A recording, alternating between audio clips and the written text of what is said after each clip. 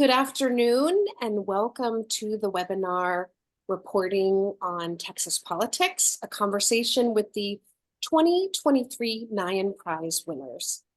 My name is Denise Ordway and I'm the managing editor of the Journalist Resource, which is a project housed at the Shorenstein Center for Media, Politics, and Public Policy. Over the next hour, we're going to be talking with the three journalists who won the Nyhan Prize for Political Journalism, which is an award that the Shorenstein Center gives out every year. These three journalists' work focus on the state of Texas, how political debates and movements at the national level affect what's going on at the local level in that state, which is America's second largest, both in terms of population and land area. But before we jump into that conversation, we'd like to show you, to play a video explaining the significance of the Nyhan Prize, which is named after the longtime political journalist and columnist, David Nyhan. The message in the video was pre-recorded by Tom Patterson, who could not make it for the event. Tom is one of the judges of the award, and he is also the Bradley Professor of Government and the Press here at the Shorenstein Center.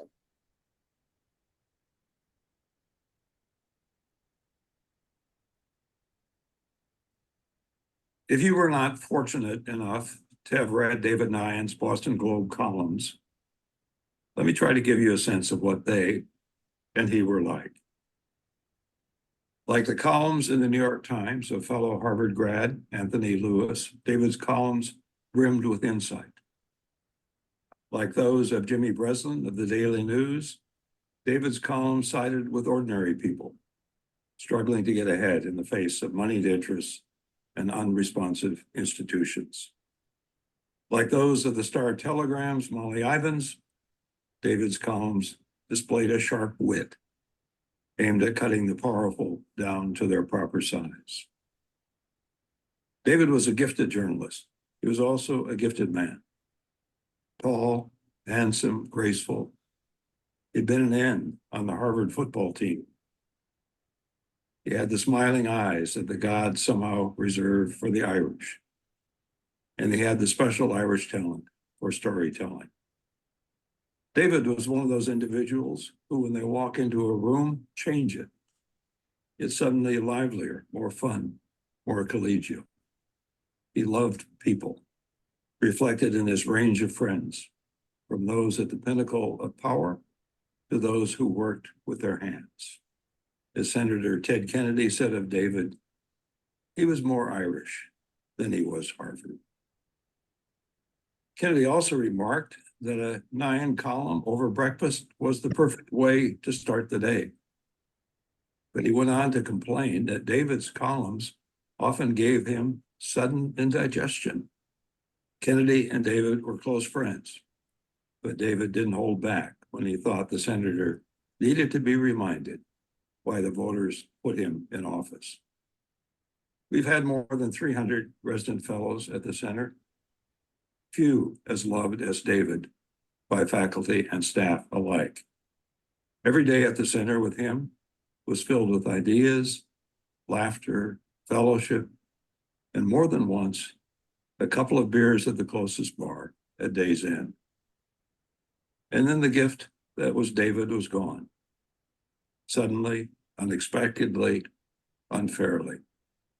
Taken from us on a Sunday morning in winter. 2 nights earlier, my wife Lori and I had dinner with David in downtown Boston. He was brimming with anticipation. He's preparing to leave in a few days to help those whose lives had been torn apart by the massive tsunami that had swept ashore in Thailand, Sri Lanka, and Indonesia. He wasn't going as a journalist. He planned to lend a hand, the same motive that fueled the hundreds of columns that he wrote to tell us that if we were consumed with the rich and powerful, we were looking at the wrong people. It was the hidden face of our media, the face of the powerless, that David, through his columns, forced us to see. He was a great journalist, a great Shorenstein Fellow, a great man, a great friend. And we're deeply honored each year to award the Nyhan Prize to journalists who represent the special values that define the life of David Nyhan.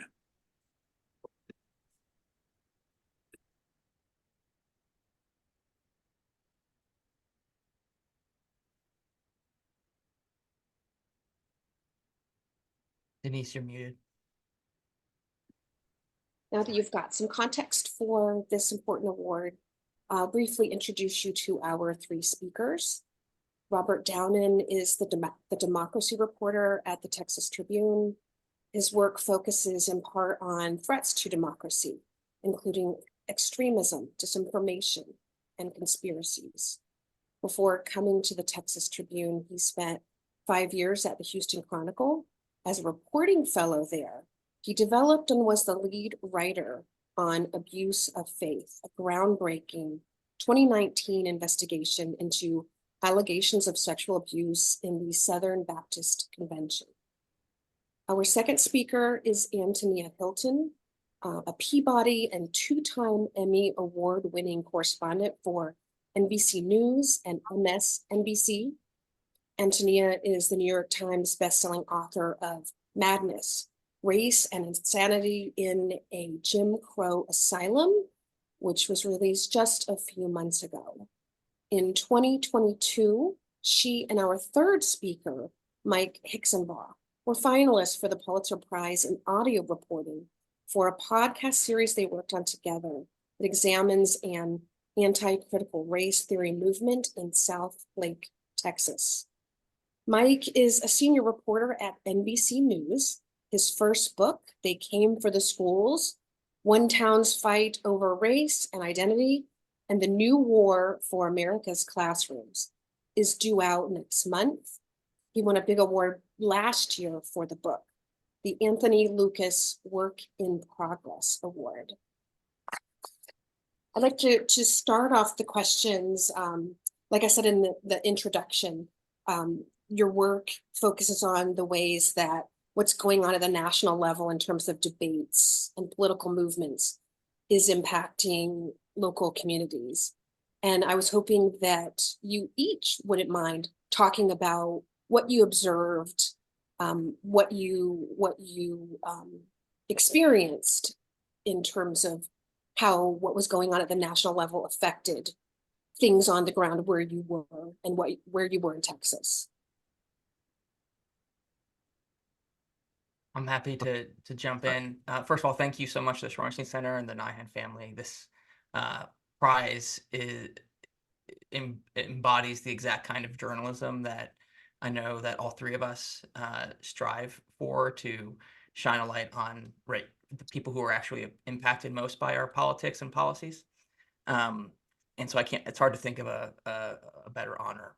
Truly grateful. Antonia and I started reporting on the political fights in South Lake, Texas in 2020. And that, as some of you may remember, 2020, there was a lot happening in our country with the pandemic and backlash to the racial justice protests that had swept the country that summer. And the story in South Lake, although it's a local event, this community that was grappling with how to address instances of racism in their community, the story of what happened there became completely entwined with national politics, and you could see that in the way that the conversation, the language that people use to describe the political debates in town shifted from a conversation about how do we protect kids from racism or educate kids about the uglier chapters in American history, and those conversations kind of became warped by this attack line that someone on the left is infiltrated our school and they're planning to indoctrinate your kids with critical race theory, a phrase that I'm confident that the vast majority of South Lake parents had never heard of prior to Donald Trump and Chris Rufo saying it on Fox News that fall.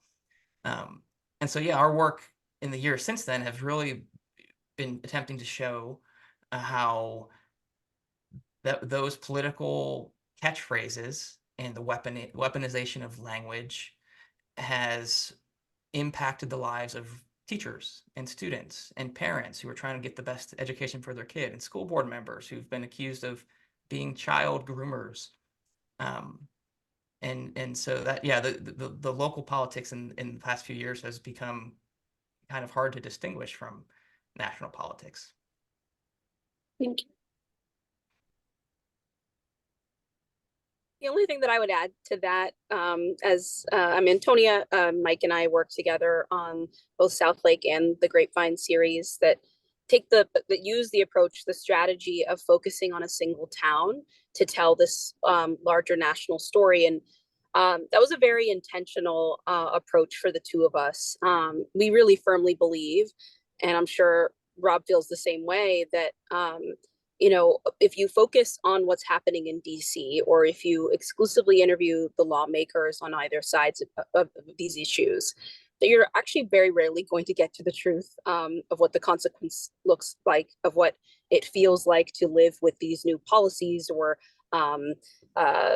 with the new language, with the books missing from certain shelves in classrooms. And so the only way to tell the truth, or to at least get close to it, is to go out into the middle of the country and see how this all actually transpires. And we felt like when you take one town and we introduce you to people and a place and almost a set of characters in a way who you can follow from the very beginning of the story to its end, you can really see from every side of the issue, and you can just make sense of it in a way that I think so often, you know, on these issues, you see adults yelling, politicians yelling, and grandstanding, and there's not a whole lot of clarity. And I think the only way to cut through the noise is by going to the people who are living it every single day. I think the other piece too for us that was really important was highlighting children's voices in these stories. In both of our podcasts, you hear a lot from kids about what it was like to hear these words in the hallway or in the classroom. About what it meant for them when the curriculum started to change, or for them to see politicians talking about their school, or spending hundreds of thousands of dollars on school board races that were once, you know, something that cost $4,000 to do and were, you know, pretty casual affairs. For them to see that transformation up close, we wanted to put kids' voices at the center, because so often it's adults talking and fighting about issues that are going to directly impact kids. And people don't ask kids about how they feel about it, about what it's done to them, about what they want to see in their schools. And that was really, that was a crucial part of our reporting strategy and the voices that we wanted to elevate in these series. Yeah, you know, just want to start by echoing everything that has been said about how much of an honor it is to be getting this award. You know, particularly sharing it with two of the best journalists in the country, and Mike, who has been kind of my unofficial mentor since really I got to the Houston Chronicle, and is honestly one of my favorite journalists working today. So very cool to be doing that. Hi, Mom. I see you're on the chat. I should say that. Yeah, I mean, I think, you know, it's also it's fascinating to be kind of thinking about that question in this conversation, because I remember actually when I was doing, even before when I was doing democracy reporting, when I was doing abuse reporting on the Southern Baptist Convention in 2019, actually the kind of you know, a contingent of SBC pastors in response to our abuse reporting had started to latch on to this graduate level study of racism in American jurisprudence, and kind of using it as this thing that would become CRT about a year and a half later, really become this new boogeyman. And really started to use that as kind of the cudgel against abuse reforms in response to our series.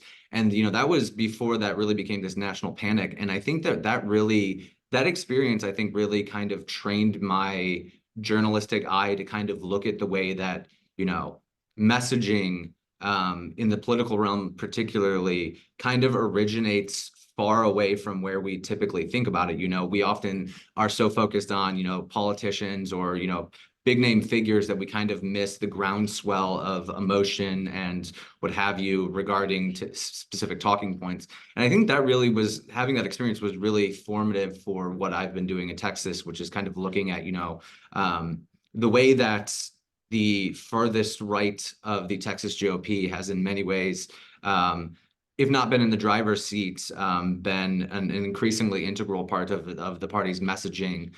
We saw that with its kind of, its response to drag protest, or its drag protests, and its response to drag more broadly, and the way that they kind of, turned this thing that has existed for centuries into this inherently nefarious, predatory art form, and then use that as the predicate to pass laws, and kind of that type of just reporting from that vantage point, I think, has been so helpful in, it's the same with, our reporting on the white supremacists within the Texas GOP, and kind of mapping out how, while they are not the people, the faces of the party, I think that for so long, journalists have been more focused on the kind of, again, the DC folks, people who are, elected officials, that we often kind of miss the driving force, or among the driving forces, and where these stories, or these kind of through lines, are kind of originating. So Thank you. Thank you.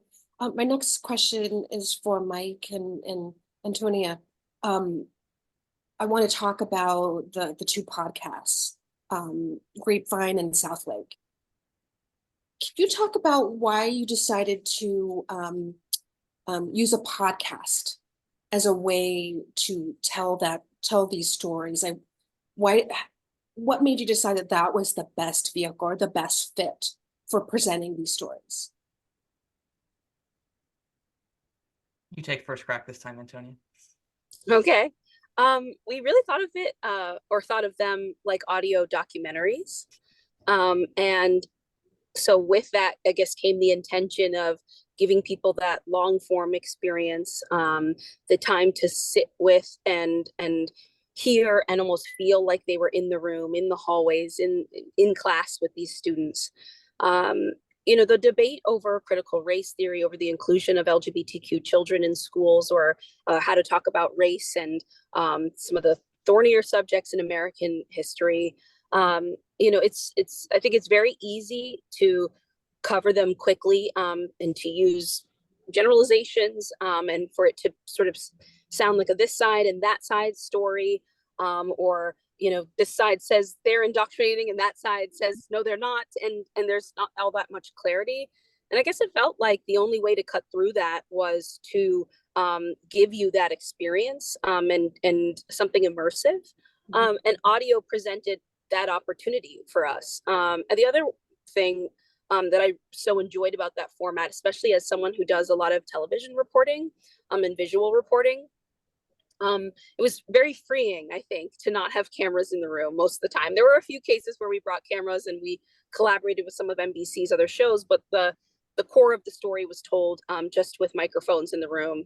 And I think for a lot of students, people who are not media prepared and trained, they're just everyday folks trying to process something happening to them, that just created a level of comfort. It allowed us to get another level of access to them in their daily lives. I mean, everything from hanging out with them before they went to senior prom, to sitting on the couch with them as they cried, to just having the patience at times to spend 8 or more hours a day with someone, because in addition to needing the interviews, we needed to just hear what their life sounded like, the sounds of the sprinkler running in their backyard, or their cat like running across the table.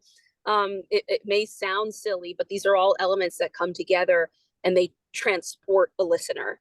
And I think there's so much power in that. And so it just felt right. And I think after Southlake proved itself, and it was clear that we had connected, we had accomplished something. By the time we were ready to do Grapevine, it was really a no-brainer. And the one thing I'll add to that, Antonia and I were in 2020, in early 2021, we were working on kind of an initial article and television piece about the political fight in Southlake that kind of became the precursor to the podcast. And while I was reporting out that written piece, I was really struck by, I was having these long 2-hour long conversations with Black parents and students in this community who were sharing very painful stories about their experiences as racial minorities in this community and in the school district, and how it affected them. And at the same time, I was seeing videos from school board meetings where community members who hadn't sat down with these students or parents who were describing their motives and their intentions to radicalize or indoctrinate children in the school district. And there was such a huge disconnect between the stories that I was hearing, these intimate stories, and the political rhetoric coming across at these local school board meetings. I thought that if we give other people what I just experienced, which is this kind of intimate sit down, you hear it in their voice, you hear the audio recordings of you know, a young Black student confronting her principal who doesn't seem to understand the pain that's caused when a white student uses the N-word at school. But by playing that tape and cutting it together in a way where you feel like you're sitting and listening to the person, I thought maybe it would help bridge that disconnect. I don't know that it did. I've become, you know, a little bit jaded. You know, some folks have attacked our reporting on this, I think maybe without having listened to it. I don't know if we changed anyone's minds or made them feel empathy. I guess was the ultimate goal, was to maybe just feel empathy. But I do think it's possible that audio has the power to do that if people give it a chance. Thank you. Thank you. And Rob, my next question is for you. You've done a lot of reporting on people who are very powerful in Texas politics and disclosed information that I'm sure a lot of them didn't want the public to know about. And when I read coverage like that, I'm thinking about journalist safety. Can you, what is it like for you as a reporter in a climate like that, covering politics and extremism, like those two very weighty topics? Well, you know, I was lucky as far as the emotional mental toll, and when I say lucky, I don't mean lucky. I was equipped well enough, unfortunately, having spent 6 years covering child abuse. So as far as the mental and emotional toll on me, it was, you know, it's comparatively light. But, you know, I think just to, you know, to be fully honest, like it is a field in which it is obviously very helpful to be a white man. And, you know, I am reminded of that every single time I co-byline a story with a fellow journalist of color, a female journalist, you know, and I see the hate mail they receive versus what I receive, or for that matter, even just on Twitter, you know, I think that it is, you know, something where that is a certain thing that I'm very cognizant of with respect to my safety. But, you know, I think one of the things that's been fascinating, you know, when I first started this job, I kind of had a lot of worries about my safety, and not to say that I don't still, but what I found increasingly is that this moment within the Texas GOP, and I think probably to a lesser degree, but still there in the national GOP, there is a very real, you know, conflict between specific sides, the sides who, you know, are willing to embrace the Nick Fuenteses and white supremacists of the world, and people who do, you know, take issue with that. And I think that kind of approaching reporting from that standpoint has been so helpful, rather than treating it as like, you know, some foray into like a war zone or something. Kind of talking, you know, meeting people where they are and realizing that there are, you know, while you know, they may not necessarily be the ones with the most power right now, there are plenty of people who at least, you know, do not want neo-Nazis in their party. I know that's probably not a great bar, but with respect to my safety, though, you know, I think that I've kind of just always tried to, even you know, even my critics, like, always tried to, you know, treat them as I would like to be treated. You know, it's very simple. And I think that when you kind of humanize yourself and humanize your coverage a little bit like that, it does kind of take the conflict level down a bit. Though again, I fully recognize that that is easier for someone like me to say than someone, you know, other people. So Thank you. Thank you. This question is for all three of you. As Tom explained, the Nyhan Prize honors political journalism that keeps everyday people at its heart. And I was hoping that you all could speak about kind of how you approach your stories in terms of how you approach your subjects and how you think about your audience as you're covering stories like this. Antonia did speak quite a bit about that earlier in the conversation, but I was hoping you all could talk about, do you have a philosophy? How are you approaching sources and thinking about your audience? Yeah, I mean, to echo some of the things Antonia said earlier, our goal was to elevate the voices of people who are often left out of the conversation. And so, she talked a lot about the kids. And another way we did that, and we've tried to do that in our reporting, is to hear from educators, teachers, librarians who are under intense pressure right now in our culture and are often, again, left out of coverage, either in some ways because of the nature of their job. Speaking to us can be hazardous to their job prospects. Speaking truthfully and honestly and openly with reporters is not something they all can do. And so that's been a challenge, but we have sought out educators who are in a position to share their stories. And so I think, if you listen to the Grapevine podcast, the main narrative thread through that series, or one of the main narrative threads, is a high school English teacher named M. Ramser. She's kind of a beloved young English teacher at Grapevine High School who is a queer teacher and has tried to make her classroom a space that's safe for kids of all backgrounds, the type of classroom she says she didn't have when she was a kid growing up in North Carolina and in California. And so in our reporting and in our storytelling, we really sought to kind of let people get to know her as a teacher and understand her motives before introducing them to the story of how she was accused of trying to hurt kids with, woke gender ideology and trying to convince kids to change genders and all of these things. And so that people could see, could empathize with her and who she is once, and recognize the political attacks against her in that context. And then follow her story through till the end to see what is the human consequence for political attacks, for these kind of, unfounded, vitriolic claims that, teachers are working to hurt your kids somehow. And we hope that, that obviously it sounds like David Nyhan really emphasized that in his column writing. And, I think a lot more political reporting in our country should take that approach.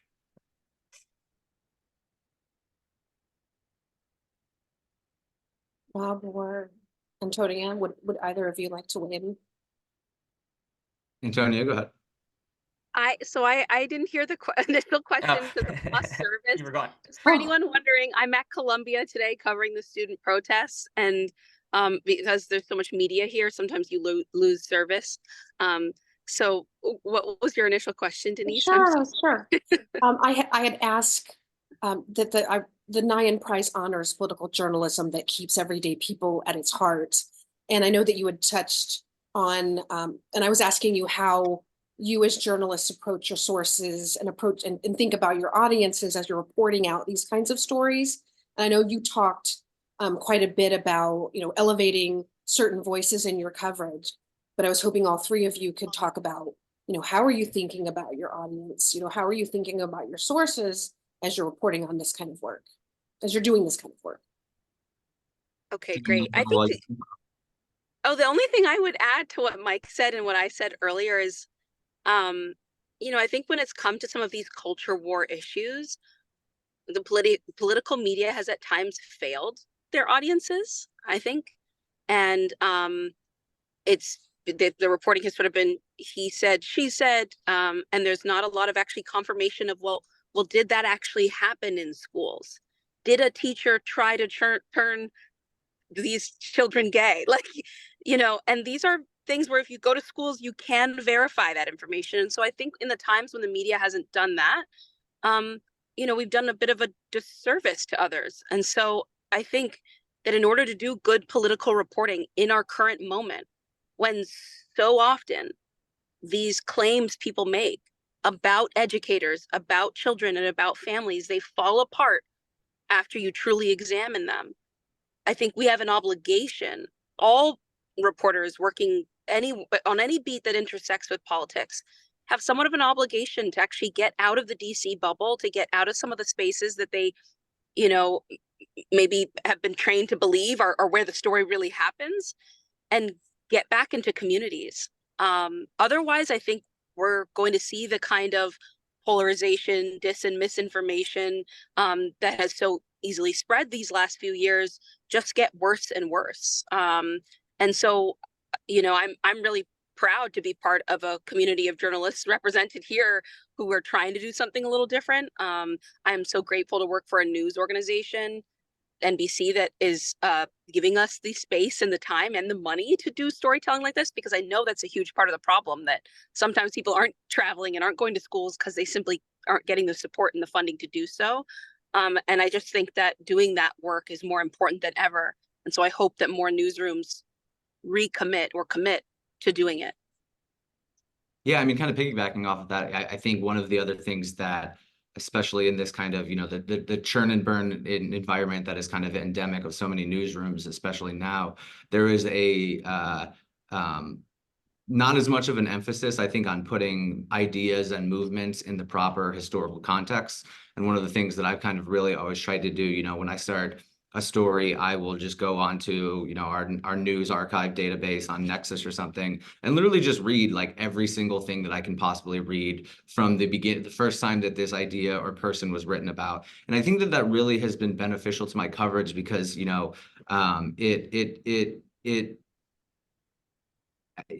not to say that a lot of political reporting treats things as two-dimensional, but it does add a certain, you know, another layer or two of kind of explaining to people how we got here. And I think it also, you know, even just on the reporting standpoint, has really been helpful for me as far as, to Antonia's points, both being willing to knock down disinformation, but also understanding that the way that people arrived at a conclusion did not happen in a vacuum.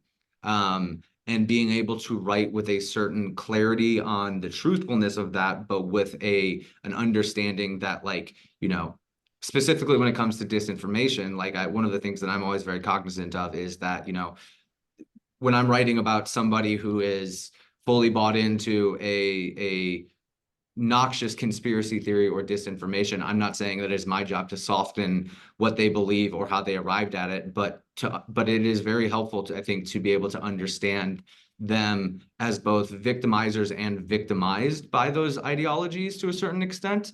And I think kind of just, you know, I'm also very lucky to work for an organization that gives me the bandwidth and time and resources to kind of take those bigger swings. But I do think that that is, you know, even as I said, I go through a lot of like archives when I do my reporting, and even as I, you know, do that, I start to notice over time just a steady lack of coverage on things that used to be covered. You know, some of my best stories, like the anecdotes from stories I've written recently, have come from like a court reporter who was covering some family court in Harris County 25 years ago. And that was his entire beat. And like, we don't have that anymore. And I think it does, you know, I know that's not specifically what you asked, but it is very concerning as a reporter who is kind of, honestly, even going back to my abuse reporting, really been able to take a lot of different coverage and put it all in one place to contextualize ideas and people, and kind of seeing that kind of disappear in real time, I think, is a very concerning trend. So I want to do something a little unusual. I would like to ask each of the three of you, to ask a question of one another. And it can be about, you know, anything, your coverage, you know, how you do your job, why you do your job, whatever question, whatever you'd like to know. But before I allow you to ask those questions, I want to point out to everyone who's watching or listening that we're going to be taking questions in about 10-ish, 12 minutes. So if you have a question, if you'll please put it in the chat box, and also include your name. And if you're a journalist, if you could also include your news outlet or employer, that would be wonderful. So we can know something about the individuals who are writing in with questions. But I'm eager to hear the questions that the three of you have for one another. I'm just gonna, Rob, since you were the last one to speak, do you want to go first?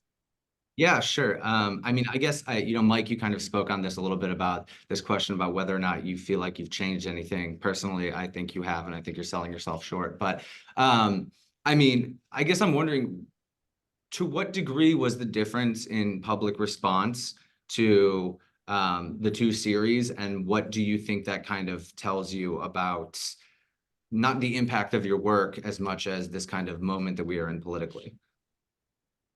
You're asking what the difference in the response we got to Southlake compared to Grapevine? Yeah, yeah. Yeah, well, that's an interesting question. So Southlake launched the pot. We happened upon this story as it was unfolding nationally, and the podcast was published at, I would say, the very peak of the anti-critical race theory backlash. And for that reason, and for some others, it really kind of exploded in a way that I've never had a piece of journalism. It really caught on. We were hearing from people in communities all over the country who, we had told the story of Southlake as like, this is the story of America in 2021. And that really caught on. And so we were hearing from people in suburbs all over the place saying, oh, I live in the Southlake of Philadelphia. I live in my town in, suburban Columbus is just like Southlake. The same things are happening. And so the feedback and response was tremendous. We've had great feedback in response to Grapevine as well, but a couple things are different. That story focused on a transgender student and the backlash against trans rights in education, and it launched. We published it in the midst of the Israel-Hamas war and other kind of distracting fracture. The news environment was much more fractured at that point. And so I would say that the feedback has been less intense, although we have still heard from educators and kids all over the country who saw themselves reflected in M. Ramser's story and in Ren's story. Yeah, it's, I wonder how much of that is reflective in, like, the Moms for Liberties of the world are starting to lose steam. And so these stories aren't necessarily the leading the news every day. But yeah. But I mean, those two stories, obviously, they are not directly overlapping, but the movements and people driving them in in many ways are of the same mold, I guess. And I guess I'm wondering, do you It's the same people. Right. It's a continuation. Yeah. Right. Yeah. Right. And I guess I'm wondering, do you think that, maybe divorcing my question from the public reaction, I mean, what do you think? You touched on it with Moms for Liberty, but do you feel like those movements are they losing their cultural currency, or have they just so successfully codified the message that they're sending that something like a podcast from NBC doesn't pierce through the ecosystems that they've created? Yeah, I mean, that's what, interestingly, we got way less attacks after Grapevine came out than we did with Southlake.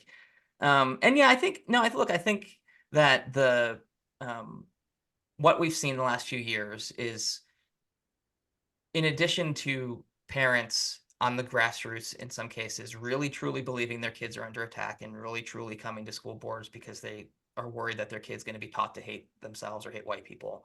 I think there are people who genuinely believe those things for whatever reason, based on the information they've taken in. But in the midst of that backlash, some national figures and groups that have a much longer running mission of, defunding public education, of imposing conservative Christian values in education, of returning to what they see as America's Christian roots. Those groups really hitched their wagon to this movement and are, although they're talking less about critical race theory today, they are ascendant in this. I'm telling you that they are ascendant and kind of claiming the center of GOP politics in America. And that actually leads to the question I have for you, Rob, which is, when you were at the Houston Chronicle and we worked together there, you were building a resume and a career kind of that I, thought was brilliant at the time, focused on religion and doing reporting focused on religion in our society. And I've watched you kind of seamlessly transition to covering extremism. How did covering religion prepare you to cover extremism? How do those things go together? How do extremism and religion go together? Okay. How much time do we have? No, I mean, I think that again, it like I said, I think that, it is a continuation of a longer story. I mean, I touched on this earlier with the way that, watching CRT become the thing in the SBC before it became the thing in the GOP was very instructive. And I think from a reporting standpoint, it really did teach me, I think, two things, which is more than two things, but to both, again, take that longer view of history and the news of the day.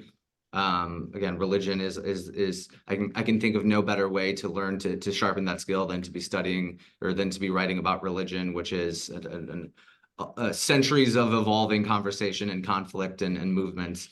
But so to kind of, look at the news of the day through that more long-term lens, but also to, as I touched on earlier, like be cognizant of the fact that like the ways that people have arrived at those decisions have been influenced by centuries before them. None of this is happening in a vacuum.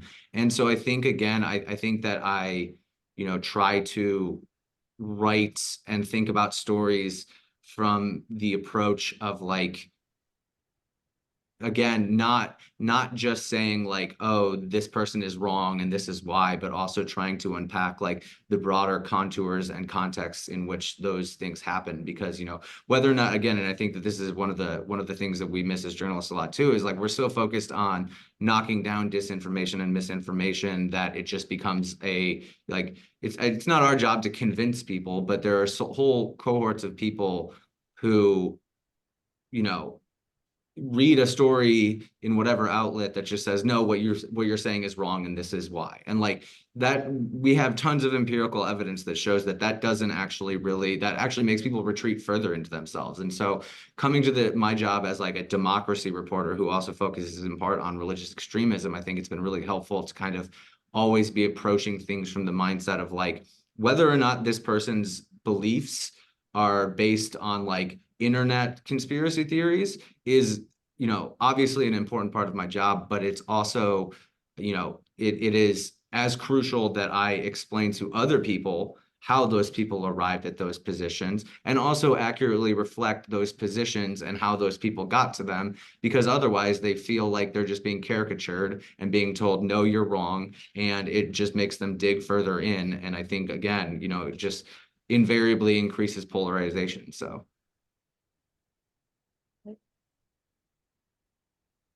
Antonia, do you want to ask a question or does someone have a good question for her? I have a question for Mike. Mike, you have now told a story in book format for the first time that weaves a lot of our reporting over the last several years together across both the series South Lake and Grapevine, but it also at times is a bit personal for you. Can you talk about what that was like? To tell this story again in a new format, to make it new for a new audience. And, it's going to be coming out months before this critical election. Why do you think people should read it? Thank you. What a great question, Antonia. I'm gonna shoot in real quick, and I'm gonna ask the same question to Antonia after you're done. So, yeah, thank you. So yeah, we're just got my hard copies in today. The book comes out in 2 weeks. I'm very excited. And yeah, I thought it was important, just like we did in the podcast at times, to include just a little bit of explanation about who I am. If someone's going to sit through, 300 pages of me describing these intense political fights in local communities, they deserve to know just some baseline perspective on how I came to the story. And so the book actually opens with me observing and experiencing kind of intense political backlash in my neighborhood outside of Houston. In the summer of 2020, I wasn't just seeing those things on social media.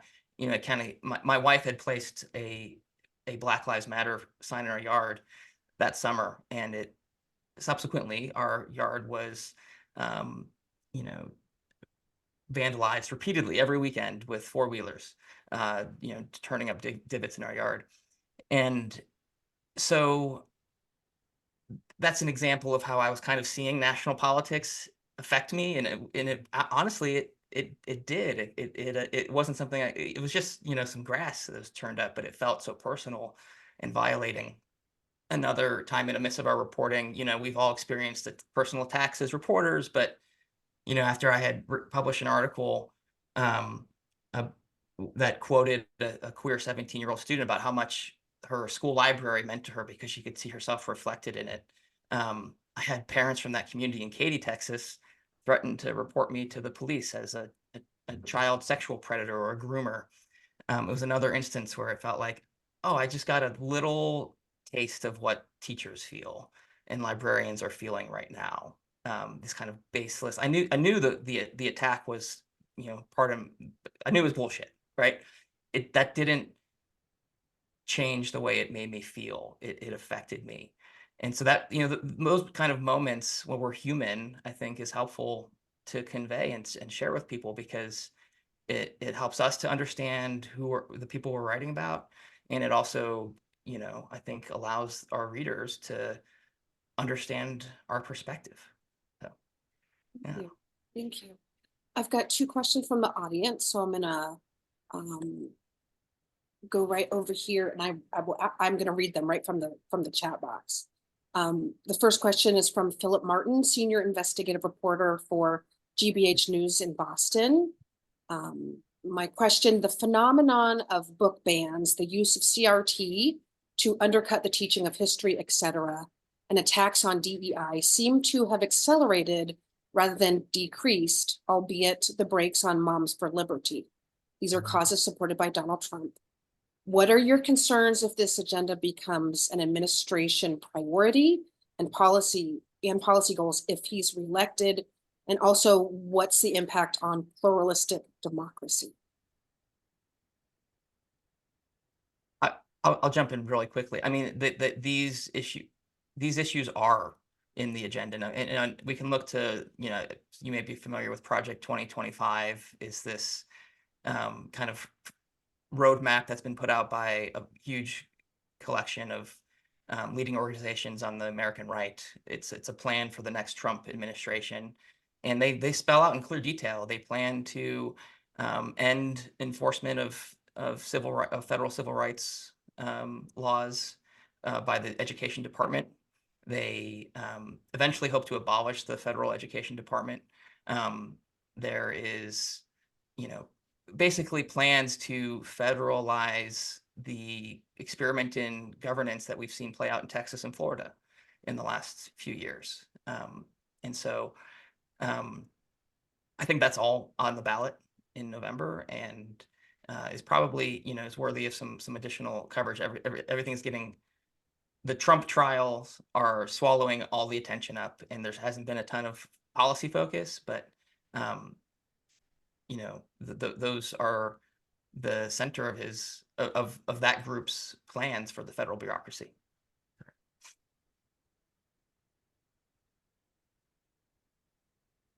I'll get right to the next question. This question is from Sewell Chan. How do we cover extremism in ways that might engage people who are less news engaged, including conservative but not extremist audiences who are news skeptical? When you guys can jump on that. No, Rob, answer your boss. I think it's a good question. How do we cover extremism when we engage people in this? I think I think that, you know, one of the things that we are doing at the Tribune right now is we have an ongoing project that's just, it's a democracy project, and it is kind of taking the standpoint of explaining the current state of Texas democracy through a lot of different, you know, avenues and stories. You know, my colleague Zach Despard just did a great story a few months ago about this town, this small, probably 10,000-ish person town in the middle of Texas that has just been like ripped apart at every level of county government by conspiracy theories over and like misinformation and just hyper partisanship in this town that is like ostensibly or presumably, you know, generally all fall on the same side of the political aisle. And I think that, you know, sometimes that kind of coverage, rather than writing about democracy, but from a very hyper localized or even kind of just very specific lens, I think can really, you know, people see in that, you know, people see themselves and their current, you know, their inability to get to sit at dinner, Thanksgiving dinner, or to talk to their neighbors, to do all these things. They kind of see that reflected in that type of coverage. So I think that, you know, sometimes, and I say this to my boss, sometimes I, you know, am so focused on big picture things that I think that sometimes, you know, taking that kind of micro approach to things, I think can also be very helpful. Again, because I think that so much of our media coverage is so focused on what's happening in DC, what's happening in Trump, all of these different isms and ists and stuff like that, that it's hard for people to, you know, fully see themselves reflected in our coverage. And, you know, even we ran into that with the Nick Fuentes coverage, this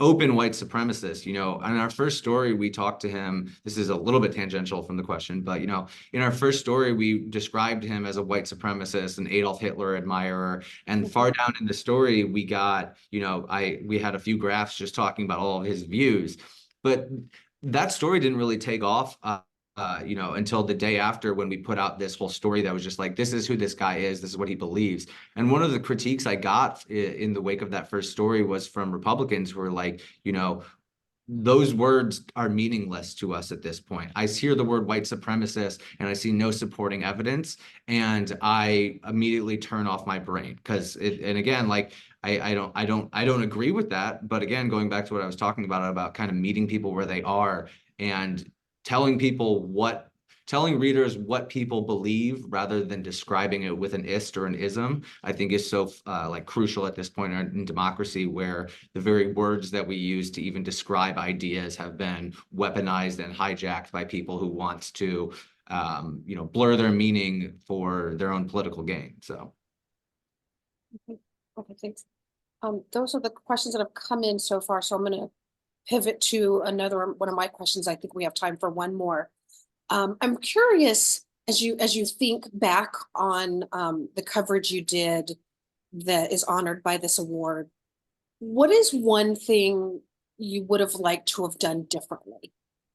And I'm just going to leave it broad, you know, in terms of like something that you would have liked to have done differently, looking back.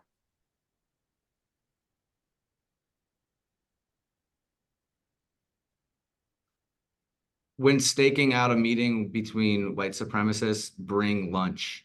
No, I think my thing, you know, again, I kind of touched on it. What I said earlier is I think that, you know, we as journalists, well, and I guess I shouldn't even always say that, but, you know, we sometimes do rely on terms and words rather than unpacking what people believe. And I think that becomes a detriment to our coverage, as I kind of touched on. You know, it is very easy for people to turn their brains off about things and people that they really need to fundamentally understand, when they have been conditioned to believe that, like, well, the fake news already thinks that you're a racist and a white supremacist. So then all of a sudden the guy comes along who like literally talks about how much he loves Adolf Hitler, and they're like, oh yeah, just another white supremacist. So I think, you know, kind of being, and we've been more careful about that in our coverage too, about really explaining what people believe, what they've said, you know, explaining their beliefs in their own words. And I think that was kind of a learning curve, or a thing that I didn't fully recognize we were, you know, as a shortcoming until, like I said, that first story that we put out and the kind of slow response to it. So.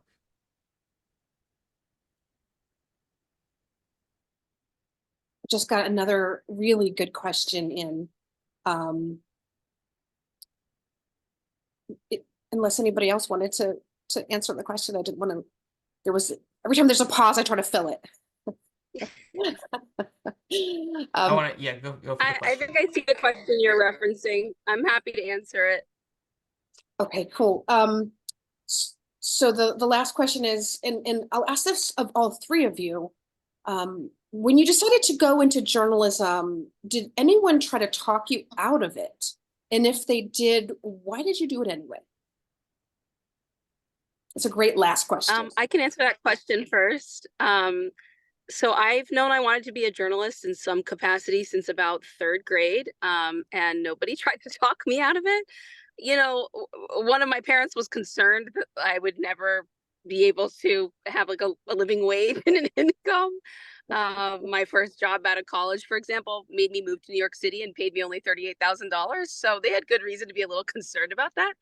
But my parents are both lawyers, and my dad especially came from a family, a long line of civil rights lawyers. And so I think the idea that I wanted to like talk and debate issues and read books and go bother people was actually pretty familiar to him and to my broader, like just the culture of my family. So nobody was surprised. And I also always tell people that I was a middle child and I have typical middle child syndrome. So I just talk and like to ask people questions, and you know, it's sort of a sink or swim thing where either if you have like come from a really big family like mine, you either become like a wallflower who doesn't talk, or you are always out there. So I think it's pretty obvious which route I chose. And yeah, I'm really grateful. I feel like in the work that I get to do, I get to carry on some of my family members' legacies. In particular, one of my grandparents who worked on you know, issues having to do with schools and integration and race and how this country is going to live up to its own ideals and promises. And so I'm doing something different, but I feel like it's related, and I'm sort of part of that long line. And so I'm very happy and proud. And this prize, I think, reflects a lot of that. And I'm so grateful to be here and to share it with all of you. Thank you. Thank you. It's great. Nobody tried to talk me out of becoming a journalist, really. I think my dad had the same concerns about, like, why don't you want to make money? But he didn't push too hard. The people I hear the most trying to talk people out of becoming journalists are journalists, because I think it's just the business is tough, the job market's tough, the line of, like, the work-life balance can be challenging. But I think I try to avoid passing on that advice when young people reach out to me to ask. I know there's a joke in journalism, like, you should do something, like, if someone asks you for journalism advice, tell them to go to law school. But no, I think I have hope. I see things like the Texas Tribune and other outlets that are kind of rising up to fill the gap this huge gap left by local news, the decline of local news. And I'm really hopeful that these young people will continue to pursue this profession. Yeah.